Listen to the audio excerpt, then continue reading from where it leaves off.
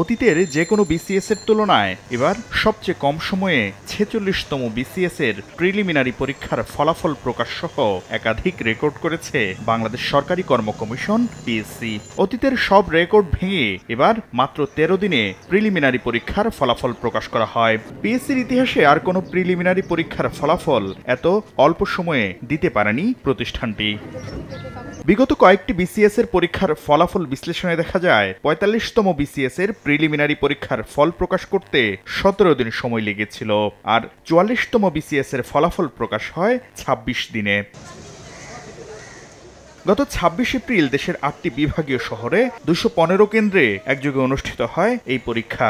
সেদিনেই দ্রুত সময়ে প্রিলিমিনারি পরীক্ষার ফল প্রকাশ করা হবে বলে জানিয়েছিলেন কমিশনের চেয়ারম্যান সোহরাব হোসেন।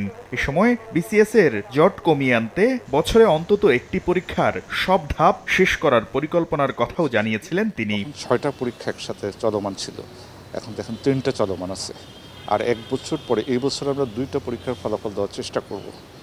হয়তো বা জানুয়ারি টাচ করতে পারে, তারপরে আমাদের একটা পরীক্ষা থাকবে, সেটা আদর্শ পজিশন থাকবে যে একটা পরীক্ষা চলমান থাকবে, আরেকটা নভেম্বরের 30 তারিখে বিজ্ঞপ্তি হবে, এরকম পর্যায়ে থাকবে। কন্টিনিউয়াস কাজ করে যত কম সময়ের মধ্যে শেষ করা যায় তত কম সময়ের মধ্যে।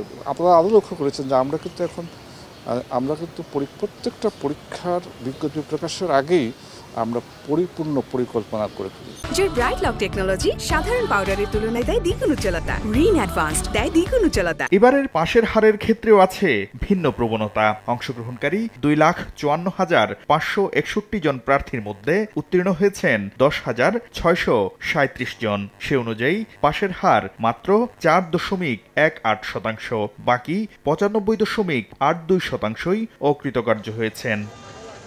৪৬তম বিসিএসে ৩,১৪০টি পদের মধ্যে সবচেয়ে বেশি জনবল নেওয়া হবে স্বাস্থ্য ক্যাডারে। এই বিসিএসে স্বাস্থ্য ক্যাডারে পদ রয়েছে ১,৬৮২টি।